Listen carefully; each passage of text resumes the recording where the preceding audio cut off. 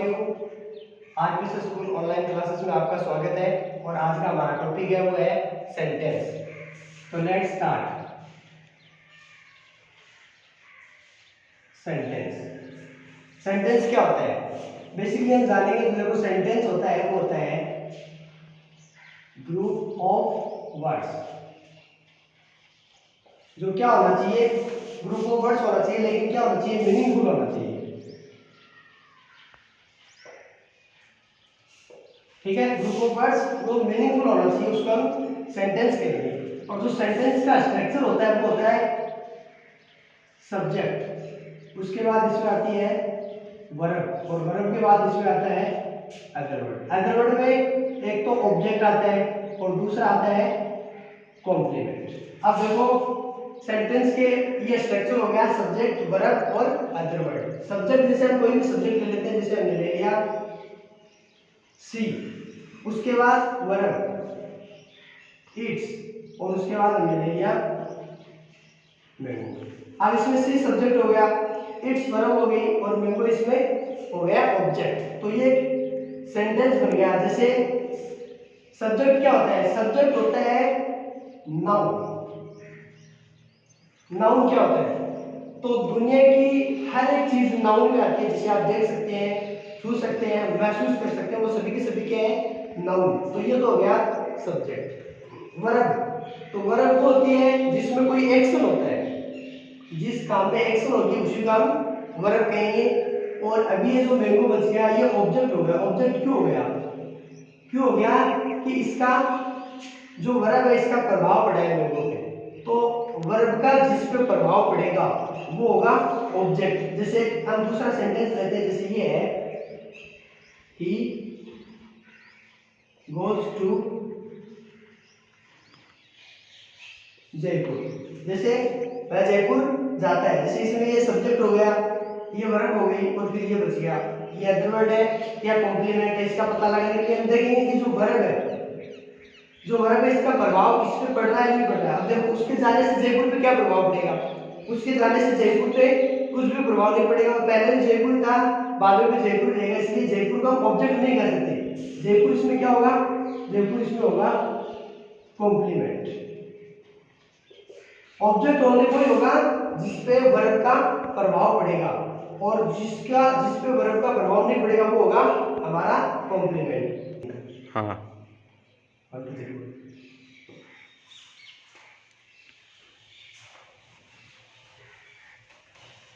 तो अब हम पढ़ते हैं, इनको एक्सप्लेन करते हैं सबको कि सब्जेक्ट क्या होता है। पहले ये देखते हैं, ठीक है। अब देखो, अब आपने पढ़ा होगा कि सब्जेक्ट बेसिकली आपने पढ़ा होगा कि जो काम करता है वो सब्जेक्ट होता है। तो ऐसा नहीं है जो काम नहीं करता है वो भी सब्जेक्ट होता है। कैसे होता है वो देखो। जैसे पहले तो ये सेंटेंस है कि Ram is doing work. Ram वो काम कर रहा है। अब देखो इसमें ये काम कर रहा है, इसलिए आपको पता लग गया कि ये इसमें सब्जेक्ट है। लेकिन मैंने लिख दिया ये कि ही इज गुड बॉय, तो क्या इसमें ही सब्जेक्ट नहीं है? अब इसमें काम तो कुछ नहीं हो रहा है, इसका मतलब है कि भाई अच्छा लड़का है, तो इसमें काम तो कुछ नहीं हो रहा है, इसका मतलब ही ये सब्जेक्ट नहीं है, तो ही इसमें सब्जेक्ट नहीं है। इसलिए हमारा सेंटेंस था ही इज गुड बॉय, तो इसमें ही काम कुछ नहीं कर रहा है, लेकिन ही फिर भी क्या है? सब्जेक्ट है। तो बेसिकली जो नाउन होता है, अब आपको ये पता होना चाहिए कि नाउन क्या होता है। तो मैंने साफ साफ बता दी कि नाउन दुनिया में जितने भी चीज है, हर एक जिसे आप देख सकते हैं, छू सकते हैं, महसूस कर सकते हैं, वो सभी के सभी क्या है? नाउन है। और जो नाउन है वो सब क्या है? सब्जेक्ट है। और इसमें प्रोनाउन भी आ जाता है। अपना जो प्रोनाउन होता है वो भी सब्जेक्ट होता है। ओके,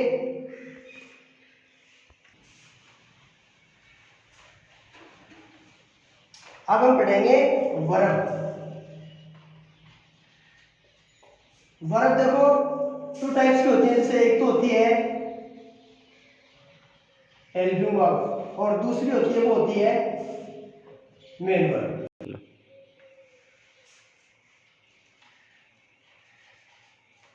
अब जैसे टू टाइप्स की हो गई, हेल्पिंग वर्ब और मेन वर्ब। जो हेल्पिंग वर्ब होती है वो तो अपने टेंस के अकॉर्डिंग आती है, तो सभी टेंस की हेल्पिंग वर्ब हम बेसिकली पढ़ेंगे कि मेन वर्ब क्या होती है। तो मेन वर्ब वो होती है जिसमें एक्शन होता है, जिसमें क्या होता है, एक्शन। जैसे हम बात करें, जैसे प्ले, प्ले मीन्स होता है खेलना, तो इसमें एक्शन है, तो ये क्या हो गई, मेन वर्ब हो गई। जैसे हम बात करें ईट, खाना, तो ये एक्शन हो गई। जैसे हम बात करें, ठीक है, जैसे प्ले मीन्स खेलना होता है, ईट मीन्स खाना होता है, इनमें एक्शन हो रहा है। एक्शन का मतलब होता है जिसमें कुछ काम हो रहा है। जैसे हम एग्जाम्पल देखते हैं, जैसे देखो ये एग्जाम्पल है, सी इज प्लेइंग फुटबॉल। जैसे वह फुटबॉल खेल रही है, तो इसमें जो प्लेइंग है वो क्या है, वो इसमें वर्ब है, क्योंकि वो इसमें एक्शन आ रहा है, वो खेलने का काम कर रही है। जैसे अगला सेंटेंस है, ही इज ईटिंग फूड। तो इसमें ईटिंग क्या है, ईटिंग इसमें मेन वर्ब है, क्योंकि इसमें खाने का काम कर रहा है। अब हम बात करते हैं वर्ब की फॉर्म्स की।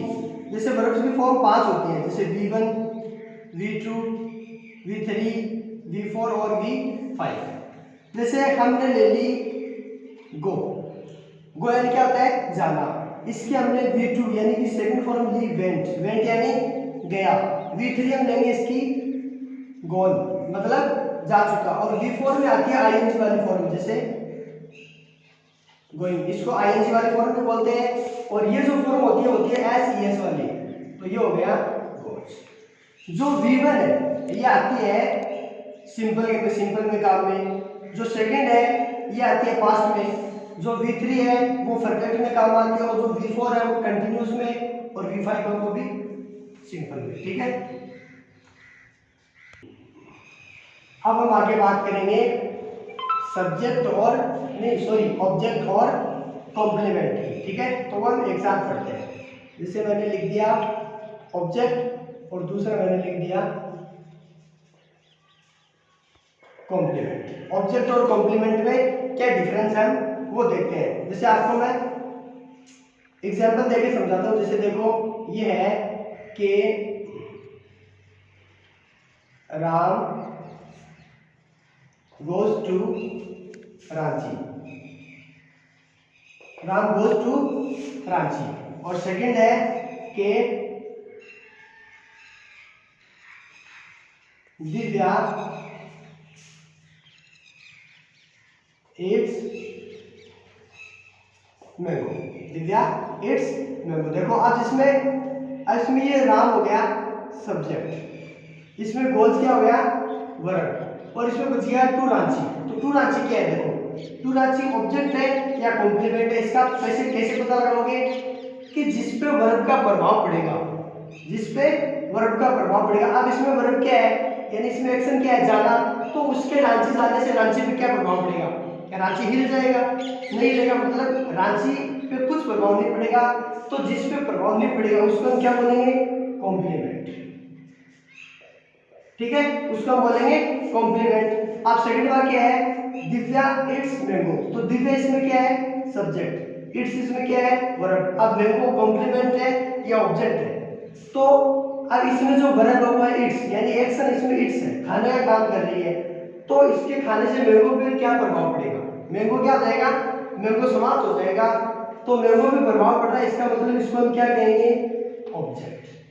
पहले वाले में रांची पे कुछ प्रभाव नहीं पड़ेगा एक्शन का, तो इसमें रांची क्या होगा, कॉम्प्लीमेंट। दूसरे में मैंगो पे एक्शन का प्रभाव पड़ेगा, वर्ब का प्रभाव पड़ेगा, तो इसको हम क्या बोलेंगे, ऑब्जेक्ट। तो आशा करता हूँ कि आपको ऑब्जेक्ट और कॉम्प्लीमेंट के बीच में जो डिफरेंस है उसका पता चल गया है। अब देखो सब इम्पोर्टेंट चीजें जो आपको बताता हूँ, ध्यान से देखिए।